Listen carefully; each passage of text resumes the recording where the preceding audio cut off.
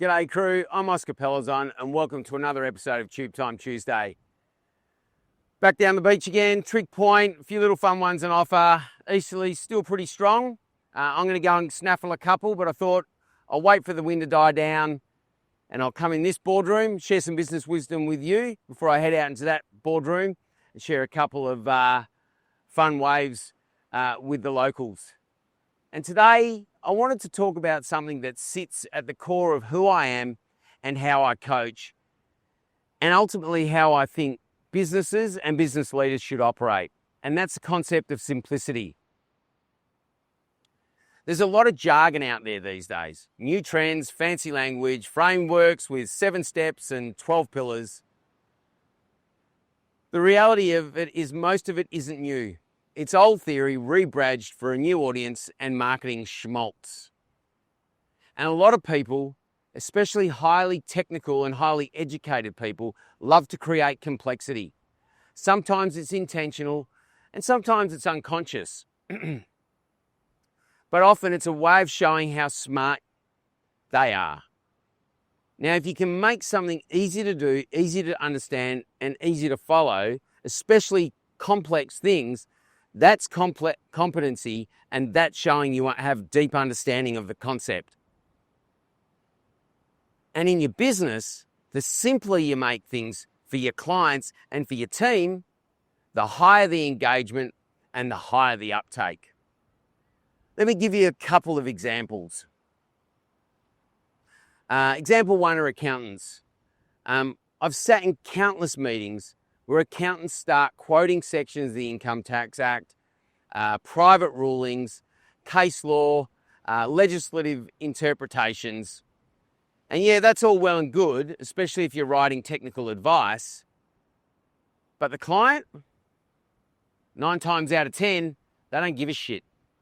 All they want to know is what I'm spending my money on deductible or not? Make it simple. Example 2. Financial planners. Financial planners love diving deep into investment structures, asset allocations, market cycles, risk-weighted return models. Lots of big words there. I've got a finance background and some of that I don't even understand. But unless you've got a finance degree, you don't care.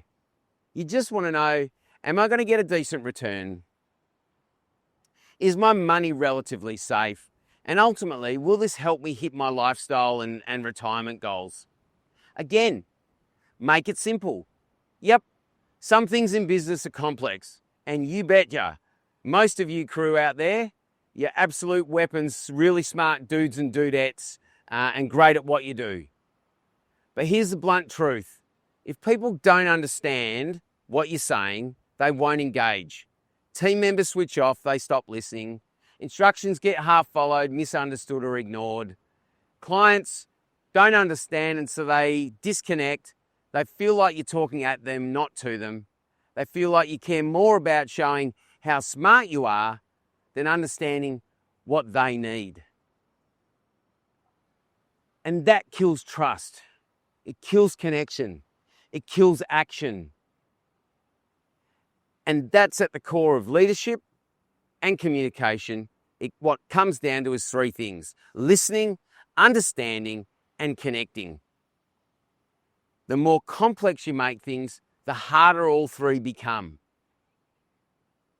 But when you make things simple, when you strip away the jargon, the technical speak, and you speak like a human, person to person, people lean in. They feel understood, they take action, and they deliver the outcomes you want. So remember, being smart isn't always about using big words or complicated explanations. Being smart is about making the complex simple so that your team and your clients can actually understand, engage, deliver, or take action. That's it for me today. I'll see you next week for another episode of Tube Time Tuesdays. Happy days. Yewww.